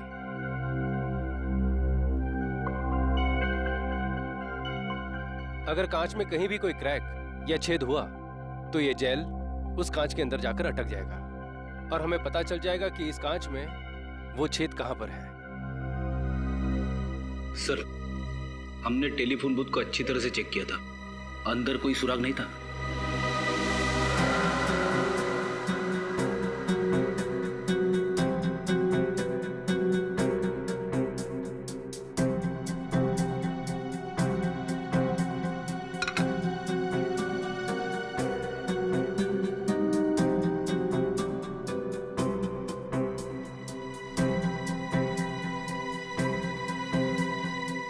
नहीं सर, कांच में ना तो कोई क्रैक है और ना ही कोई छेद।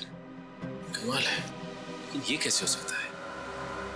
बाहर से कोई भी हथियार बूथ के अंदर आया ही नहीं, फिर ये खून हुआ तो हुआ कैसे?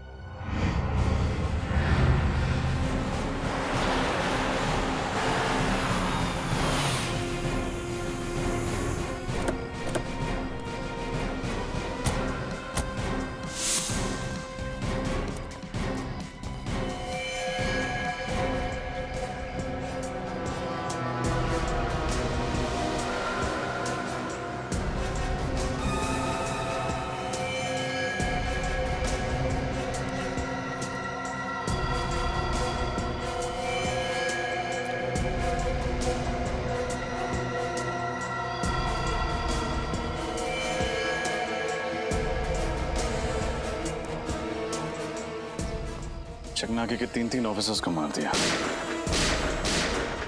ये काम अकेले सुप्रिया का तो हो नहीं सकता। जरूर सुप्रिया के साथ कोई था जो उसकी मदद कर रहा है। कोई सीसीटीवी कैमरा नहीं दिख रहा। चकनाके पे सीसीटीवी कैमरा तो होना चाहिए। सर, वो रहा सीसीटीवी कैमरा। मगर टूटा हुआ है सर, वायर भी लटक रही है।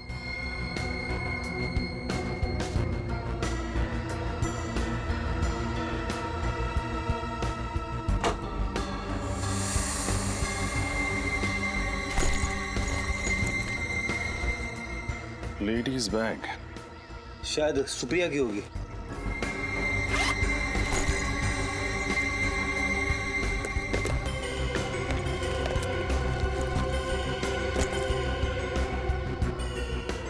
सुप्रिया का ही है, उसका लाइसेंस, उसके क्रेडिट कार्ड्स। हो सकता है सर कि इन तीनों ऑफिसर्स ने सुप्रिया को बस में देखा, उसे बस में से उतारा और फिर हमारे आने तक उसे यहाँ पे बिठा के रखा। हो सकता है। लेकिन एक बात समझ में नहीं आ रही सर, अगर सुप्रिया अपने साथियों के साथ इन तीनों ऑफिसर्स का खून करके भाग गई तो फिर उसने ये पर्स यहाँ पे क्यों रखी? इसी सवाल का तो जवाब ढूंढना है फ्रेडी। कोई भी मुजरिम इतना बड़ा सबूत पीछे छोड़ के क्यों जाएगा? हो सकता है वो हमें गुमराह करने की कोशिश कर रही हो।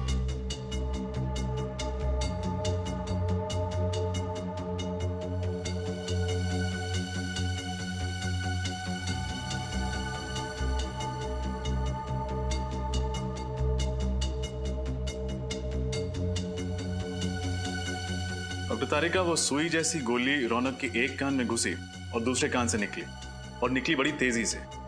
जाहिर सी बात है वार दूर से ही हुआ होगा। एक मिनट,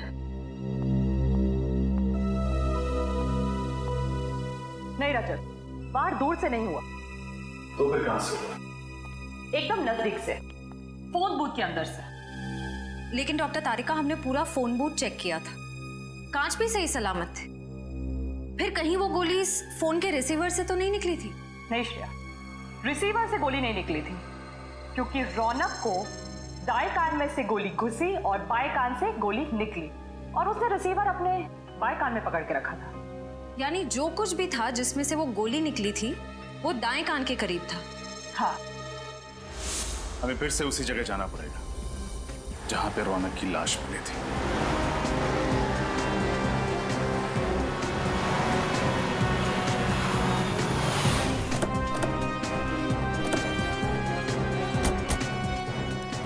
सर, हमने पूरे एरिया को सील कर दिया है। Very good.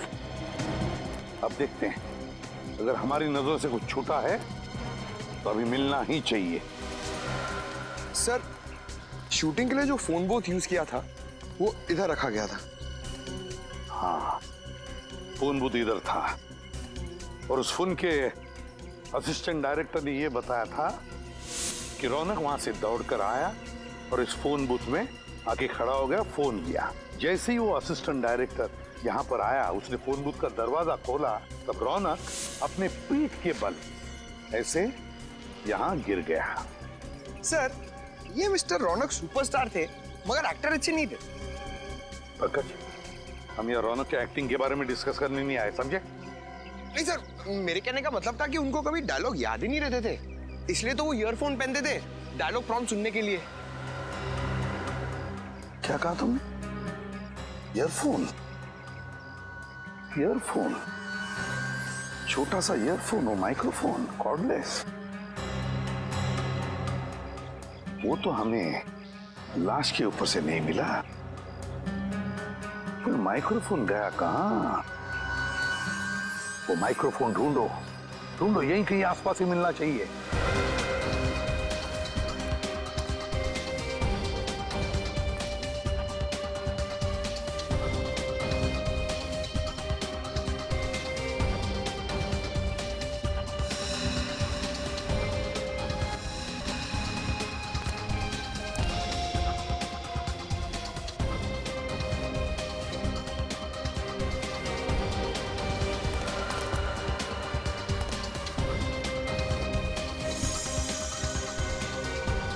सर, ये देखिए सर।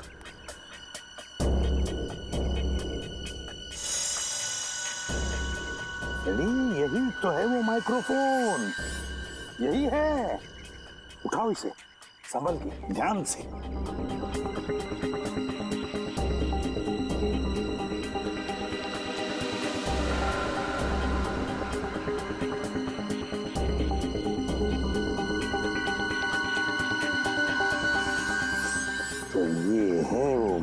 माइक्रोफोन।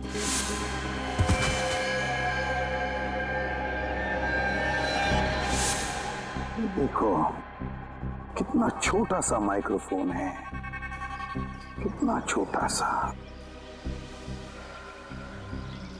लगता है कुछ गड़बड़ है इस माइक्रोफोन में। जरा मैग्नीफाइंग ग्लास देना तो।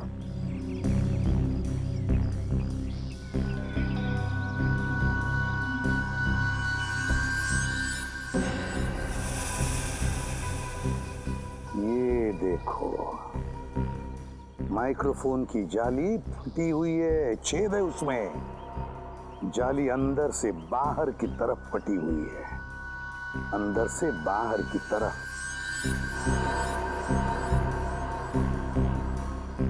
अंदर से बाहर की तरफ फटी हुई है। इसका मतलब है इस माइक्रोफोन के अंदर कोई ऐसी चीज फिट की गई थी जो बड़े जोर से अंदर से बाहर की तरफ आई।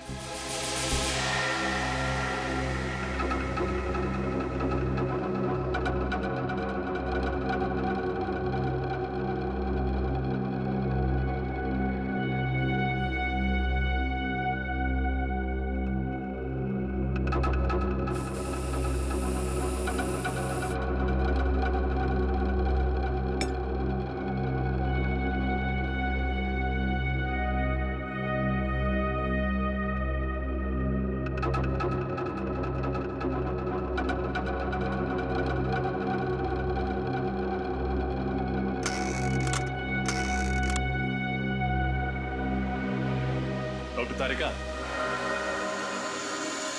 ऐसे ही चक्कर लगवाती रहेंगी या कुछ बताएंगी भी? मैं तो पूरी कोशिश कर रही हूँ कि आप लोग जल्द से जल्द खूनी तक पहुंचे। दरअसल एसीपी सर बहुत गुस्से में। क्यों? क्योंकि खूनी तो दूर, अब तक हम ये भी पता नहीं लगा पाए हैं कि खून हुआ कैसे। मगर मुझे पता चल गया है कि खून कैसे हुआ। कैसे? इस ईयरपीस पर कोई लोहे की चीज, पिन या सुई वगैरह लगी हुई थी जो रौनक के ब्रेन के आर पार हो गई। आप ये बात इतनी यकीन के साथ कैसे कह सकते हैं?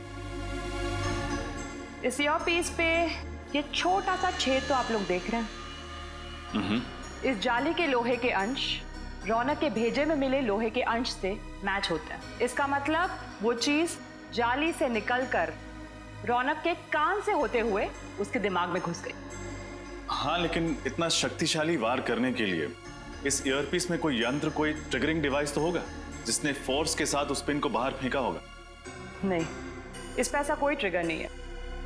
ये ईयरपीस मैंने अच्छी तरह से चेक किया है। तो फिर उस पिन से वार हुआ कैसे? वो पिन अपने आप तो बाहर नहीं निकली होगी। ये पता चल जाएगा, बस थोड़ा सा वक्त दीजिए मुझे। तब तक हमें उस आदमी का पता लगाना होगा जिसने ये खास किस्म का ईयरपीस बनाया है। इस प्रॉम्प्टर को ध्यान से देखिए। क्या ये आपके यहाँ का है? हाँ, ये तो हमारे यहाँ का ही माल है। पर ये आपको कहाँ से मिला? ये तो रौनक के पास था। रौनक की लाश के पास से। क्या? जी हाँ, रौनक का इस प्रॉम्प्टर से खून हो गया है। सर, पर ये तो एक छोटा सा माइक्रोफोन है। इतनी छोटी चीज से किसी की जान कैसे जा सकती है? जान जा सकती नहीं, बल्कि जा चुकी है। ये देख रहे हैं आप, इस प्रॉम्प्टर की ये स्पीकर की जो जाली है, इसमें शायद किसी ने पिन डाला था। क्या ये पिन आपने डाला था? जी हाँ, बिल्कुल, ये पिन मैंने ही डाली थी। लेकिन क्यों डाला था ये पिन आपने? सर, रौनक जी के ऑफिस से उनकी सेक्रेटरी का फोन आया था। उनकी सेक्रेटरी? कोई औरत? हाँ, एक औरत थी और उसी ने मुझे कहा था ये पिन प्रॉम्प्टर के स्पीकर में डालने को। उसने कहा और आपने मान लिया? हाँ हाँ, पर तभी मुझे कुछ अजीब नहीं लगा था। उसने कहा था कि रौनक जी एक एक्शन सीक्वेंस शूट करने वाले हैं जिसमें खूब उछलना कूदना होगा, इसलिए उन्हें ये पिन चाहिए थी जिसकी वजह से प्रॉम्प्टर कान में अपनी जगह से हिले नहीं। लेकिन सर, रौनक की तो कोई सेक्रेटरी नहीं थी ना? हाँ श्रेया, इस खूनी ने ये खून बड़ी बारीकी से प्लान किया था। मुझे तो लगता है कि सुप्रिया का भी हाथ है इसमें। हाँ सर, मुझे भी यही लगता है। जिस तरह से वो सिक्योरिटी ऑफिसर को मार के भागी चेक नाके पे, उससे तो यही लगता है कि और भी लोग इसमें शामिल हैं। सुप्रिया को जल्द से जल्द पकड़ना होगा, जल्द से जल्द।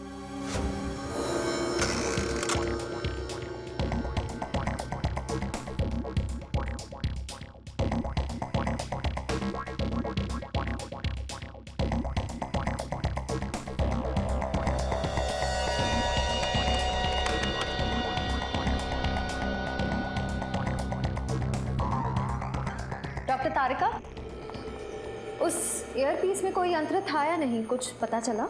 नहीं श्रेया, यंत्र ईयरपीस में नहीं बल्कि फोन के रिसीवर में था। फोन के रिसीवर में? लेकिन आपने तो कहा था कि सुई दाएं कान से घुसकर बाएं कान से बाहर निकली और रौनक ने फोन का रिसीवर बाएं कान पे पकड़ा था, तो फिर यंत्र फोन के रिसीवर में कहां से आया? दरअसल सुई ईयरपीस से बाहर फेंकी नहीं बल्कि फोन के रिसीवर से खींची गई थी। खींची गई थी मतलब? आइए मैं दिखाती हूँ।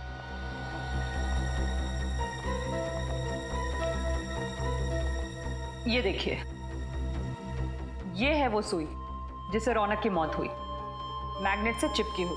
और इस चुंबक की वजह से सुई दाएं कान में घुसी और बाएं कान से बाहर निकल आई। जी हाँ, और ये मैग्नेट कोई मामूली मैग्नेट नहीं है, ये एक खास किस्म का मैग्नेट है जिसे नियोडायमियम मैग्नेट कहते हैं। इसकी चुंबकीय शक्ति एक मामूली मैग्नेट से 10 गुना ज्यादा होती है।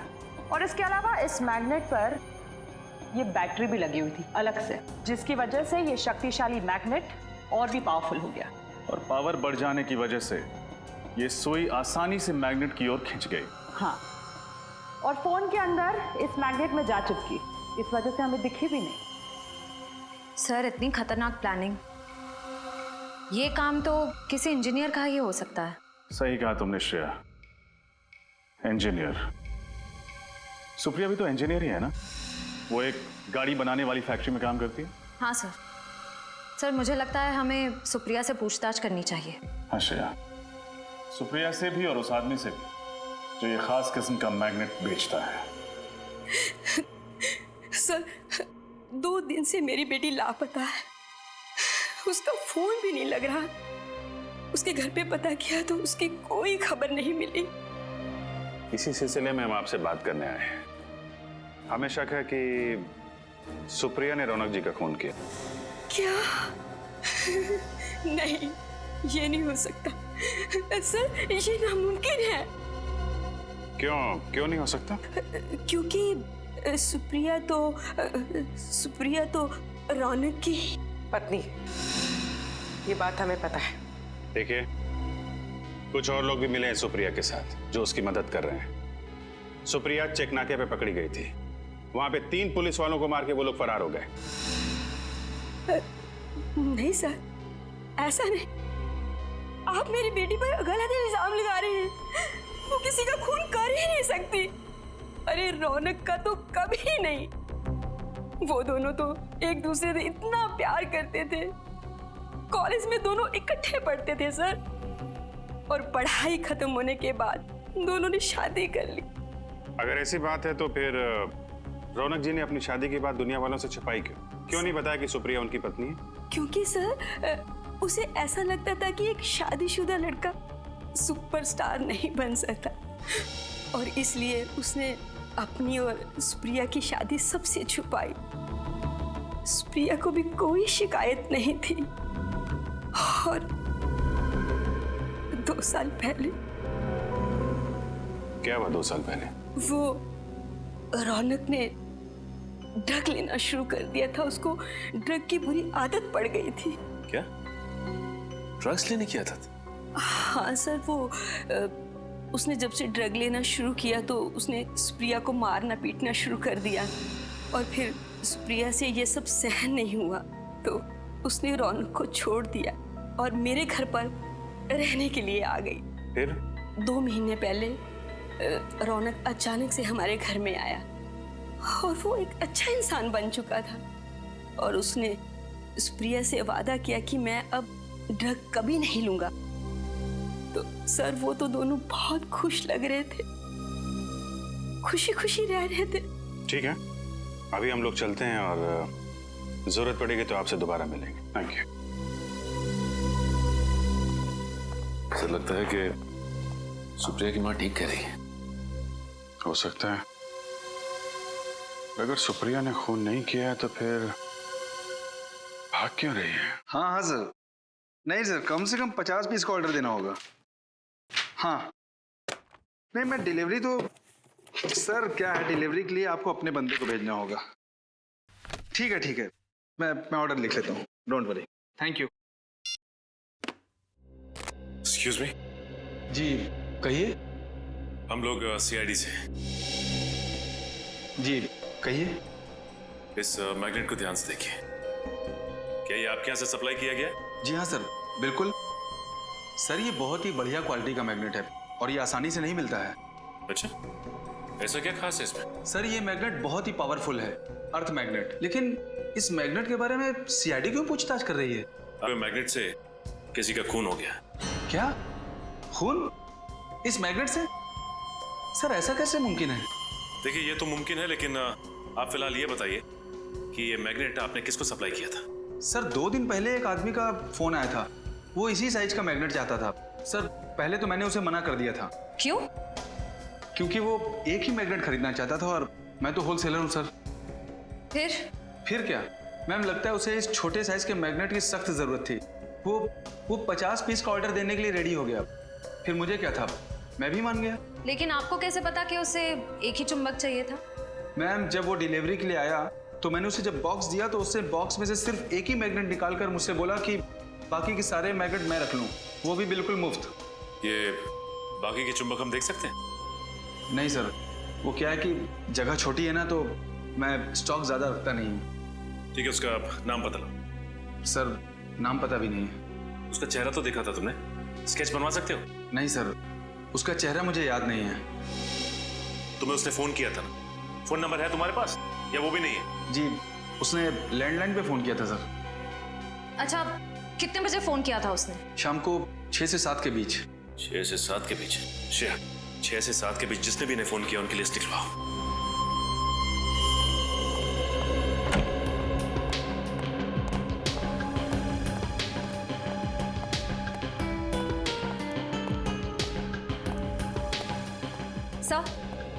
सर मैंने उस मैग्नेट सप्लायर के सारे कॉल रिकॉर्ड्स चेक किए। इस सीडी में वो सारे नंबर्स हैं जिनसे उस मैग्नेट सप्लायर को उस शाम कॉल्स किए गए थे। That's really good।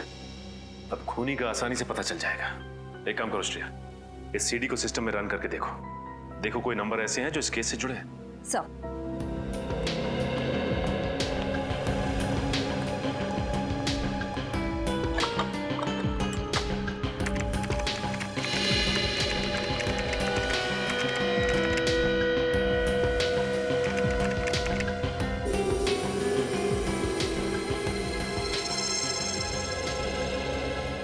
Oh no. Sir? Shreya, इसका नंबर है?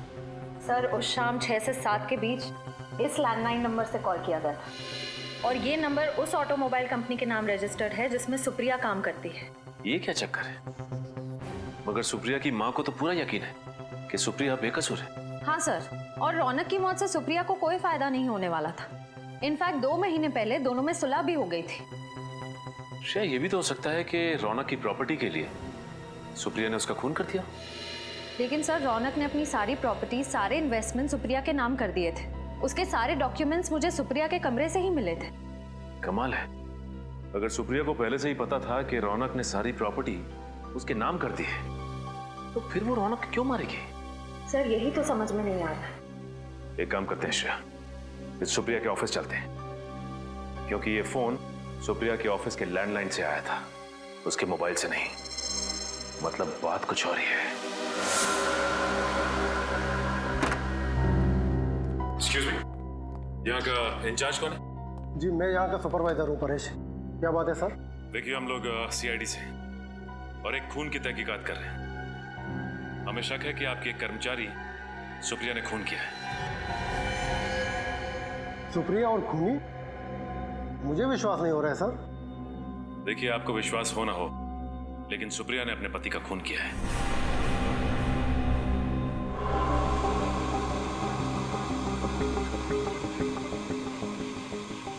सर ये टीवी 2 दिन से बिगड़ गया है, इमेज बराबर नहीं आ रही है। ये तो अच्छा हो गया कि यहाँ के मालिक मिस्टर शेखर यहाँ पे 2 दिन से आए नहीं है इस केबिन में। इसका मतलब ये टीवी आपको 2 दिन से प्रॉब्लम दे रहा है? हाँ जी हाँ। श्रेया, मुझे याद है कि बचपन में टीवी के सामने अगर हम चुंबक रखते थे, मेरा मतलब है मैग्नेट, तो इसकी इमेज खराब हो जाती थी, कुछ दिखाई नहीं देता था ठीक से। हाँ सर, कहीं इस टीवी के पास भी तो लगता तो ऐसे ही है।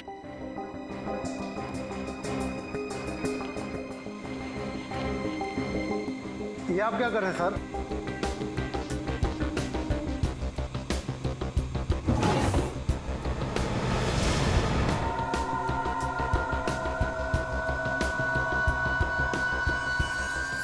सर, इन मैग्नेट्स की साइज बिल्कुल वैसी ही है जैसी हमें उस फोन के रिसीवर में मिली थी।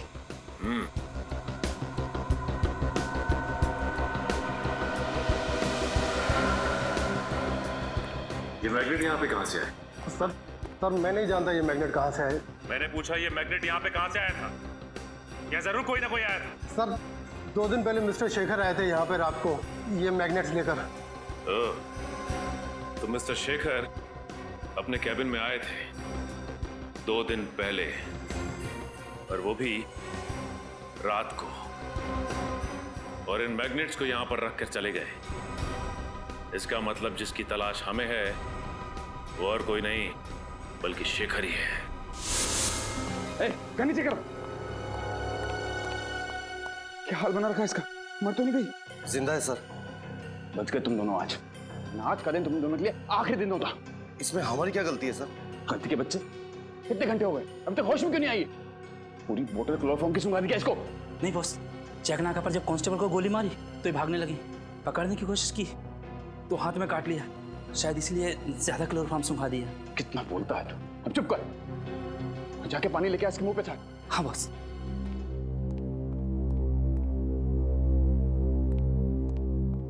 आराम से, प्यार से।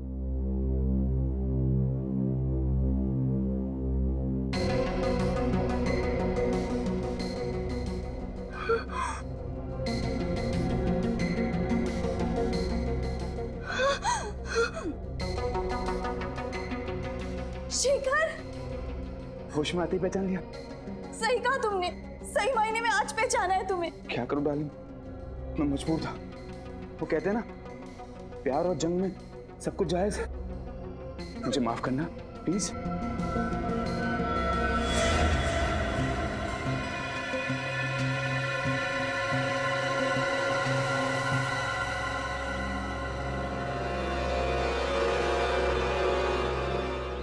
इतना बड़ा धोखा शेखर। मैं धोखेबाज नहीं हूं सुप्रिया, मैं तुम्हें कोई धोखा नहीं दिया। मैं तो तुम्हें पागलों की तरह प्यार करता हूं। ये कैसा प्यार शेखर? पहले तुमने रौनक को मार दिया और अब मुझे यहाँ। ओह, तो ये है शेखर। इसी ने सुप्रिया को किडनैप करके रखा हुआ है। सर, कुंडों के पास गन्स है। अगर हम सीधे घर के अंदर घुसेंगे तो सुप्रिया की जान को खतरा हो सकता है। एक काम करते हैं, जिस मैग्नेट का इस्तेमाल इस शेखर ने किया था रौनक को मारने के लिए, उसी मैग्नेट का इस्तेमाल हम भी करेंगे। वो कैसे सर? याद है श्रेया तुम्हें, डॉक्टर तारिका ने क्या कहा था कि अगर इस चुंबक पे इलेक्ट्रिक का इस्तेमाल करो तो इसकी शक्ति और बढ़ जाती है।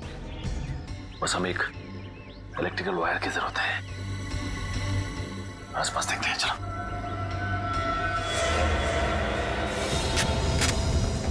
क्या हो रहा है? कौन है आप लोग? सीआईडी। मिस्टर शेखर, जिस तरह मैग्नेट से तुमने रौनक को मारा ना, उसी तरह मैग्नेट से हमने तुम्हें अपने कब्जे में कर लिया। गलती भी नहीं भागने की। सीआईडी से कोई नहीं बच सकता।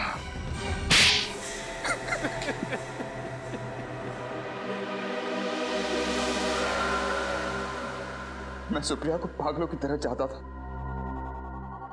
लेकिन जब उसने मुझसे शादी करने के लिए इनकार कर दिया तो मुझे बहुत गुस्सा है। मगर सुप्रिया तो शादीशुदा थी ना, उसकी रौनक से शादी हो चुकी थी। जानता था मैं सब, मगर सुप्रिया को मैंने 2 साल तक रोते बिलखते देखा था। वो जिंदगी से निराश हो चुकी थी, तब मैंने उसे संभाला था। वो तो अपने ड्रग एडिक्ट पति को तलाक भी देने वाली थी। उसके बाद हम दोनों शादी करने वाले थे, मगर अचानक एक दिन अचानक रौनक ने अपने ड्रग्स लेने की आदत छोड़ दी। वो सुधर गया था और अपनी पत्नी को वापस पाने के लिए वो अपनी शादी का ऐलान करने को भी तैयार हो गया। हाँ, सुप्रिया ने रौनक को माफ कर दिया था और वो उसके पास वापस चली गई। मेरे प्यार और एहसान को भूल चुकी थी वो। मैं बहुत गिड़गिड़ाया, सुप्रिया को पाने की पूरी कोशिश की, लेकिन उसने मुझसे कहा कि वो रौनक से बहुत प्यार करती और वो उसे छोड़कर मेरे पास कभी नहीं आएगी। और इसलिए तुमने रौनक का खून कर दिया और सुप्रिया से शादी करने की प्लानिंग कर ली। अगर तुम सुप्रिया को चाहते थे, उससे प्यार करते थे, तो रौनक के खून के इल्जाम में उसे फंसाया क्यों तुमने? क्योंकि मुझे लगा कि चेक नाका के ऑफिसर्स के खून के बाद सीआईडी को लगेगा कि असली खूनी सुप्रिया ही है। मैं सुप्रिया को कानून से बचाता और फिर सुप्रिया को भी लगता कि जेल जाने से अच्छा वो मेरे साथ अंडरग्राउंड हो जाए और फिर सारी जिंदगी वो मेरे एहसानों के तले दबी रहती। शर्म आनी चाहिए तुम्हें। सच्चा प्यार वो होता है जिसमें लोग एक दूसरे के लिए बलिदान देते हैं, लेकिन तुमने सुप्रिया को पाने के लिए उसके पति का खून कर दिया। अब कानून इस जुर्म के लिए तुम्हें सिर्फ और सिर्फ फांसी देगा।